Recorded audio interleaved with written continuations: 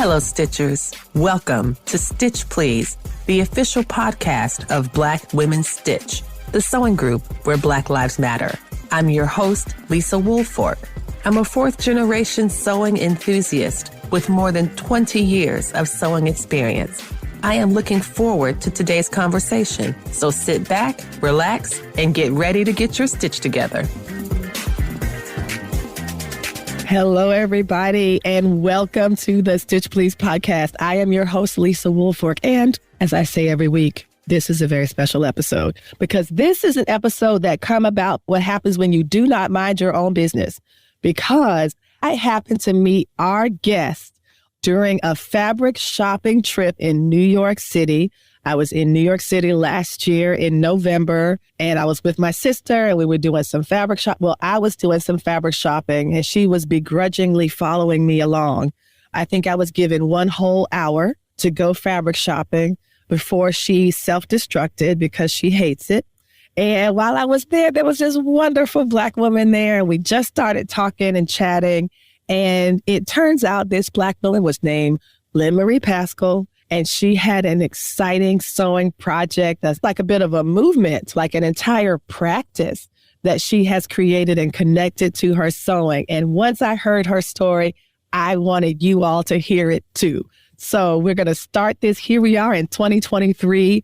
We've been thinking for some folks about resolutions, etc. But what Lynn Marie is going to tell us about is something completely different. And she's going to talk about her work with Rest by Lynn and how she is using her sewing as part of a restorative rest practice. Lynn Marie, welcome to the program. And thank you for being so gracious when I was being annoying as all hell, I'm certain. No, thank you so much for having me. It was great meeting you. It was encouraging meeting you. I had probably spent 2 hours in that store by myself trying to figure stuff out.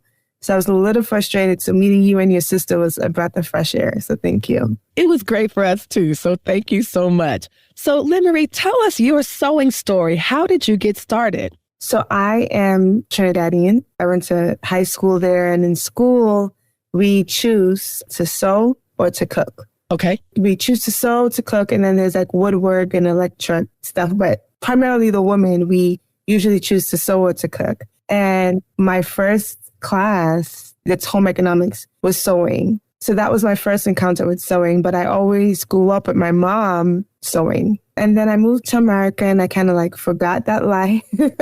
And as I'm at work as a financial analyst, one day I call my dad and I'm like, Dad, clothes is so expensive. Can you buy me a sewing machine?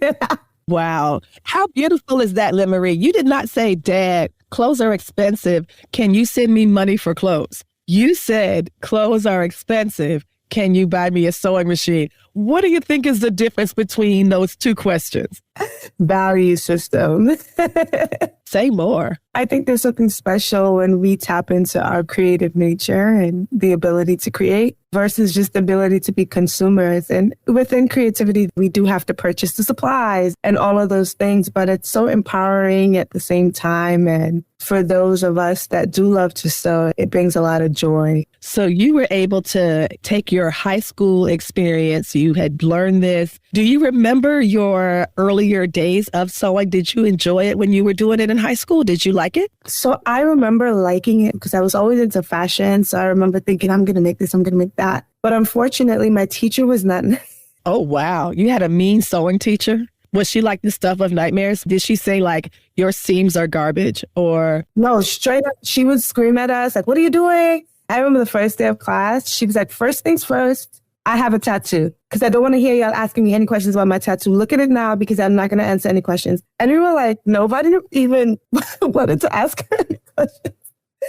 So it was one of those things. So I would always put my first experience, I give that to my mom later on because as an adult, when my dad bought me that machine, I needed to relearn some things. I needed to reacquaint myself with the machine. I remember saying, Mom, how do you thread it again? And my mom coming alongside me and helping me navigate it. Oh, wow. And I think after, she's showing you a couple times, did like the muscle memory kind of kick in? Like riding a bike, they say. That is so beautiful. So what were some of the first things you made? Do you remember what some of the first garments you made for yourself were? I first started making these like turbans off the shoulder top. Yes. That was kind of where I stopped before I started making pillows. So I am so interested in this. I'm very interested in your younger self having this kind of kernel of creativity. And for some folks, like having a mean home ec teacher or a mean sewing teacher turns them off sewing for good. But was it because your mother also did it? So that wasn't the only way you were able to learn, but you were able to still stick with it, even though the teacher said, don't look at my tattoos and don't ask any questions about anything. But you were able to hang in there and continue to sew and continue to enjoy it. And so now you are a financial analyst. You are doing heavy, thoughtful, math-specific statistics. It's in some ways, I imagine, rather high stakes, because there's a lot of pressure around that type of job. It sounds like it's corporate. I'm just so excited to learn more about how your creativity continued to shine through and it continued to drive you, it seems. Like one could imagine being a financial analyst and you're like, I just need to get this work done and there's so much of it and I got to drive through all these numbers. The last thing I need is to figure out what I'm going to wear. Let me just go buy some clothes.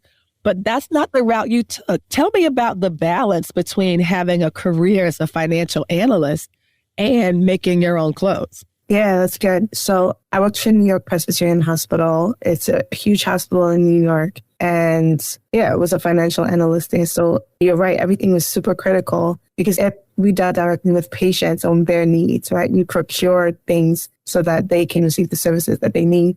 So everything was critical. It was urgent, but I have a really strong creative gene in me that I understood. And I think that's what gave me life. You know what I mean? So I exist in these spaces like school and in academia. I exist in corporate America, but I would always need that creative aspect of me to keep me going.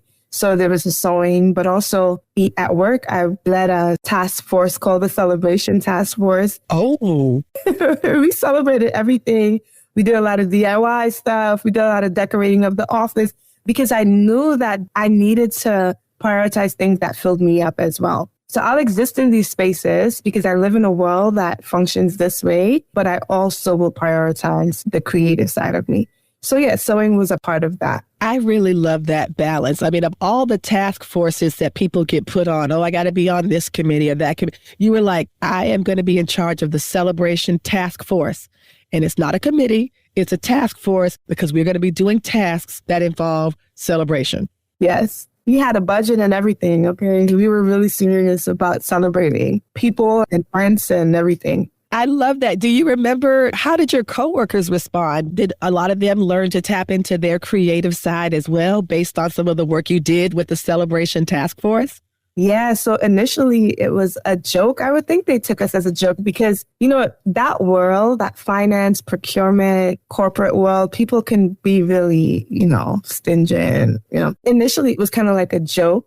But I was also a high performer. Yes. So initially, it was two of us, I think, that started it. And then after that, people started volunteering their time. And then we're being shouted out in major staff meetings. The Celebration Task Force, they did such a great job. And, so people began to embrace it. I don't want to speak on their behalf, but I think also embrace it and understand how important it is. Yes. To take a break, to celebrate, to take a load off, to laugh, to play games. I believe that people, they didn't know they needed it. Once they got it, they really embraced it. Oh, that is so powerful because it reminds me that we are not machines. We are not machines. We are not meant to be. We don't go to bed at night and plug ourselves in and then wake up in the morning and unplug ourselves and then go until our battery is drained. And then we lay down and plug ourselves in again. That is not the human experience. Human beings were not designed to be that way and to move through the world that way. And it seems as though because your job was so intense and because it was so stringent, as you said, and it was like, here are the things we have to do, and it's high stakes, and we have all of these different things we need to do. It seems as though anything where you get to pause or breathe or walk away might seem like you're not being serious about the work. Yeah.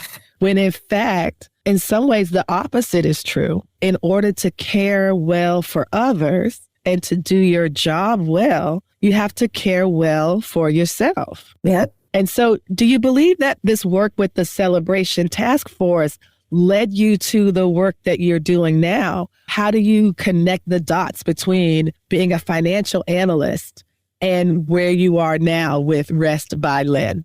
So when I was a part of the celebration task force, specifically, I got a promotion, I guess, and I moved office spaces. So I moved to another office. It wasn't the big office. I wasn't privileged to do all the celebrations. I still did my own thing in this smaller office, but it was different. And I also led a youth group at my church. And I did a lot of community things. I was just really busy all the time. I went back to school. I mean, I was just doing the most and just began to be really drained, feel drained, feel stretched. People who were around me just kind of expecting me to be the girl that can just do it all. And I put that expectation on myself as well. So I just really struggled with burnout, struggled with a lot of deeper issues, like trying to figure out, well, why do I feel like I need to do so much to be accepted? So I really entered a space in my life, I would say 2017, where I was just tired.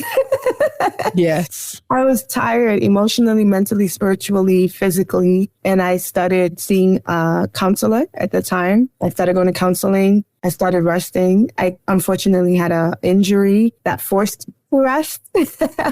Right. And that's kind of where everything turned around for me. So while I was practicing, I had a good habit of this balance of finding joy, scheduling, practically just sitting down because of trauma, because of different things. I wasn't that good at it. Black Women Stitch and the Stitch Please podcast are happy to announce So Black, an affinity space, creative oasis, and live podcasting studio at the Modern Quilt Guild QuiltCon in Atlanta, Georgia, February 23rd to 26th. So Black is made possible by major underwriting from Spoonflower. With over 1 million designs available on fabric, wallpaper, and home decor, every purchase supports a global community of independent artists. The Spoonflower community includes artists, makers, small business owners, interior designers, and you. Begin your next project with one of Spoonflower's independent designers or upload your own. Go to spoonflower.com and use the code SOBLACQC for 20% off your purchase. That's SEWBLACKQC. If you'd like more information or to contribute to So Black, you can find the links to what you need in the show notes.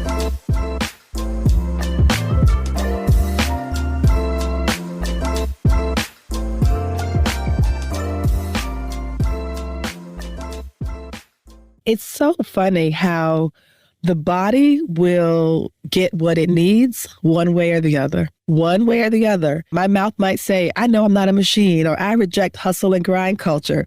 But if I do as I do, and I stay up until 3 o'clock in the morning every single day and get up at 9 a.m. every single day to do the same thing every single day, eventually my body is going to say enough. You're going to get a cold. You're going to get something where you are unable to do what you have been doing. And I just think that it's such wisdom to kind of recognize and to not fight it and to say, okay, here I am. I am unable to do what I was doing before. And maybe that is deliberate, or maybe my body is a lot smarter than I am. And it says we're going to get the rest we need, whether you like it or not. We don't care about your plans. We don't care about your to-do list that has 90,000 things on it. We need to rest, and we are going to take it if you don't give it to us. Yeah, no, for sure. And people think that taking a break, resting, I've heard like it's lazy, it's not productive, it's this easy thing to do. But I think one of the hardest things to do is to say no and to prioritize your health. Sometimes even you may feel like you're missing out on something. You may feel like not going to be ahead of the game if you don't grind. I mean, I was in New York, right? Like, yes. Grind culture capital of the world. Yes, they kind of talk about the city that never sleeps. Talk about the city that never sleeps. I mean, you just did everything in one day because places would still be open, right? Just things that I live in California now, things that I completely took for granted. I remember I was telling some of my coworkers recently, I'm like, I would be in Times Square shopping 1 a.m. in the morning around Christmas time because stores just stayed open. Yep. People were there. Right. You would shop, right? So I was that person. I actually remembered I was teaching a soul care class. It's just something I started doing. And this young man said, I work a lot. I have 2 kids. My job is just really demanding. So I don't see how this is possible for me to rest. And I said to him, I said, God forbid something happens to you, you're in the hospital or something, still carry on? Like, would they be okay? Or would the company shut down? He was like, they'd be all right. I said, okay. So when you have time to rest. Listen, my mother has told me my whole life, listen, they love you at that job. And if you drop dead on a Thursday, they've got your job advertised in the newspaper on a Friday. And then they go to your service on Saturday. And then on Monday, they're trying to interview your replacement. So stop. Just stop. Because they will not stop for you. So you have to stop for yourself. Yeah. Now tell me about this. Did you say it's a soul care class? Oh, no, soul care. Oh, but I like soul that. Care. Listen, I mean, here we go. Look, that's how we do. A Black Women Stitch, we get together, we chat, and we make amazing things happen. So you say it's a soul care class. Tell me about that and how that connects to the sewing at all. It was in the same season, I think. It was in the same season when I was going to counseling, doing therapy. I started seminary that year, and I just started taking a whole bunch of classes about caring, like spiritual formation, soul care, everything to do with rest. I even took a class called Soil and Sabbath, where it was all about Sabbath, and it was on a farm. Oh, right? Wow. So one of my friends, she was leading a team, and she's like, everyone is burnt out. Can you just come in? And I was tired for really seeing in me that I was working this thing out in real life. She felt she could see a change in me, and she wanted me to teach that to her group. That is amazing. What are some of the soul care tips you still remember from the work that you did and the folks that you studied when you were at seminary? Was there one principle that kind of stuck with you as you moved through the development or your process? One of the things that really stuck out to me in that Sabbath class in particular is that it was a Jewish author because, you know, in their faith, they are really strict, I should say, about Sabbath. At least that's how we view it. Observant, being very observant. Right. But in this book, it really changed the way I saw that because the author says, this is a gift. The Sabbath is a gift from God. They believe is a gift, and we get to participate. It's almost, you think of, we just celebrated Christmas. You think of the season of giving and yes, weekly gift of rest. And you're not going to tell your father or your mother, your parent, you're not going to say, I don't want this gift from you, you know?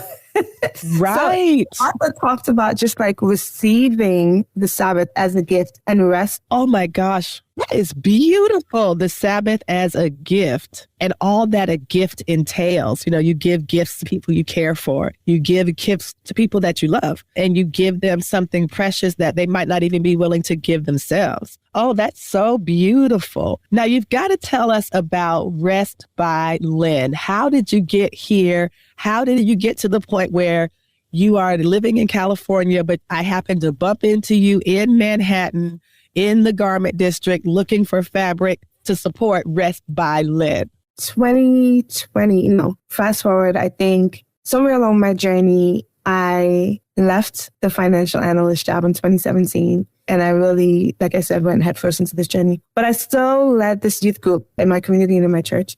And every year we would have a back to school barbecue with these crazy themes. And one year I wanted to do Coachella. Right? Oh, wow. Okay. That's a theme. Yes. So I'm like, there has to be like a lounge area. There's greenery all over. I'm thinking all this stuff. We're in New York. We're in Queens. You know, New York, there's not that much space, but you want these young people to experience something that they've never experienced before. You want to give them exposure.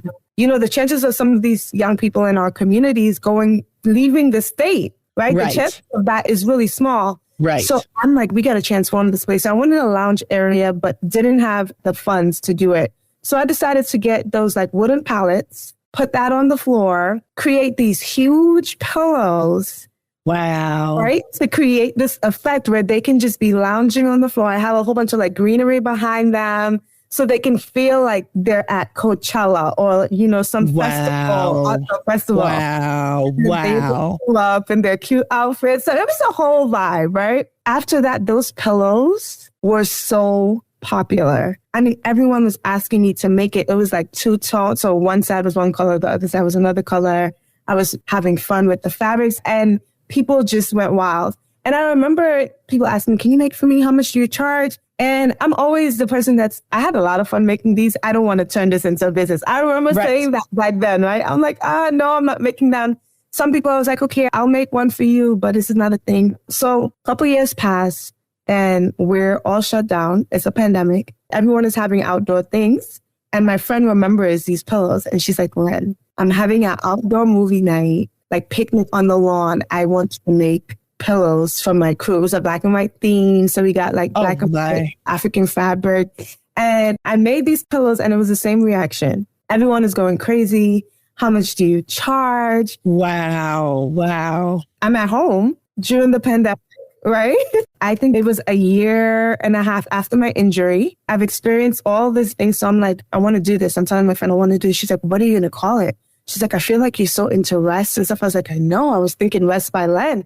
She goes, I love it. And then we launch it. Her husband helps us with the graphics and she works her little magic. I do my thing. And that was it. Rest by Len was launched. Rest by Len was launched. You've done similar events. Have you continued to host events? Can you talk a little bit about how those events work? Like, what can someone expect if they were to attend a Rest by Len event? What kind of feelings, or I'm not saying give away your trade secrets or anything. I'm just saying, like, what is a Rest by Len event like? What kind of things characterize it? What's the vibe like? So I personally have not had my own Rest by Len event. I have partnered with my friend. She's an event planner. We Love in the Details is the name of her company. So I have partnered with her to do these very like lounge events where it's like a movie is projected or there's picnic style. We have people serving you. You literally come there, you lounge on the pillows, you have fun with others. It's a lot of laughter, a lot of games.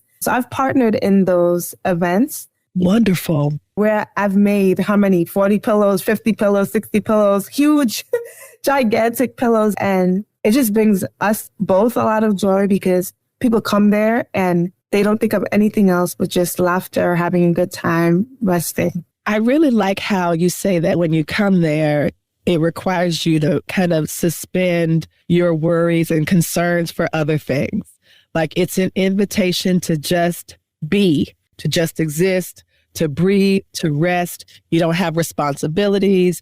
It would probably be best if you weren't checking your phone every 10 minutes. Like this is a time for you to just be there and be in community and listen and laugh and just chill. Yeah, just chill. Exactly. Oh, sorry. I was going to say, and other people, I think, especially during the pandemic, have picked up on this movement and I've partnered with them or they've rented pillows from me, things like that. So I think overall, it has been a movement. The slogan for Rest by Len is more than a pillow, right? And people have definitely been picking that up. So I'm grateful for that. Yes. Now, tell us about more than a pillow. I think that when people see a pillow, they're like, oh, that's just a decoration. It's something for the couch or something for the bed or something for the floor. But you're saying it's more than a pillow. What does that mean? What does more than a pillow bring to your work? So I see Rest by Len and these pillows that I make really as an invitation to just rest. An invitation, like you said, to just be. One of my favorite reviews, I guess, someone gave me a review. They bought a pillow and they private messaged me and they said, you have no idea when I leave work, I cannot wait to get home and just lay on my pillow. And that is why I continue to do this, because to me, it is an invitation. And these are specifically like my extra large, the big pillows that I make, because it's really comfy. It's super comfy. So it attracts you to kind of just sit down, look around, reset. When I walk into my apartment, the first thing in my apartment is the kitchen. So sometimes I'm so tempted to immediately start washing the dishes, cooking. Right. You know what I mean? Yes. This pillow that you're anticipating to just lay down, it's an invitation. It draws you in.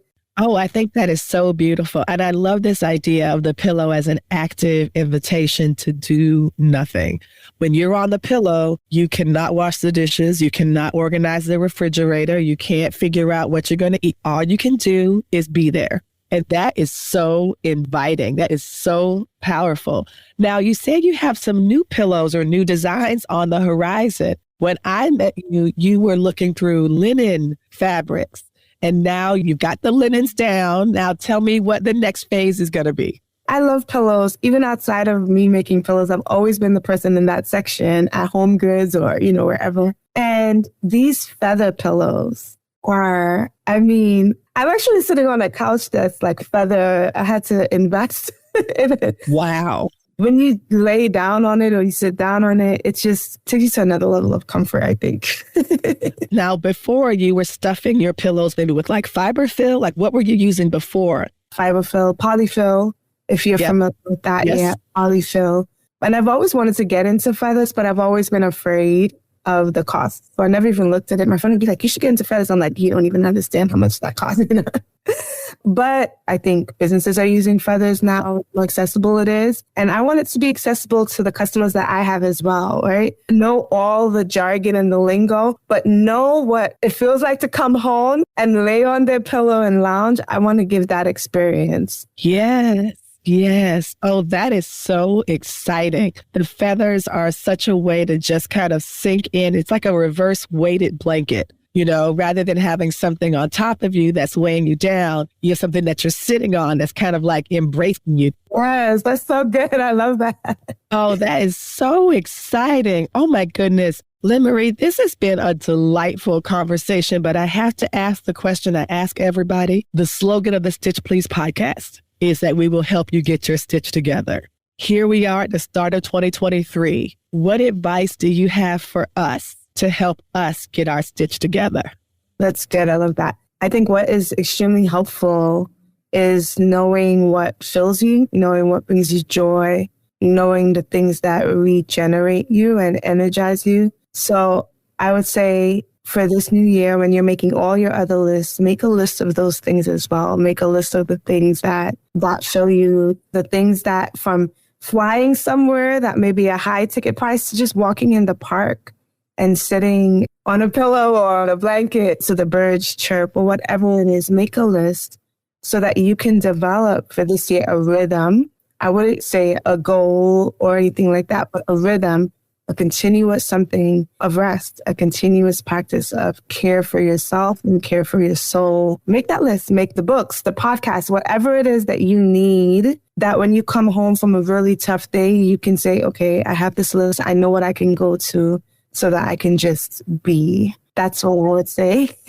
That is so beautiful. And on that note, Lynn-Marie Pascal, thank you so much for bringing us the story of Rest by Lynn. And what a great way to start off 2023, making a list of things that bring you joy, things that bring you peace. In the same way that we're putting our list of things, of resolutions, etc., prioritizing our rest right alongside those feels incredibly generative and very powerful. Thank you so much for being with us today. Thank you so much for having me.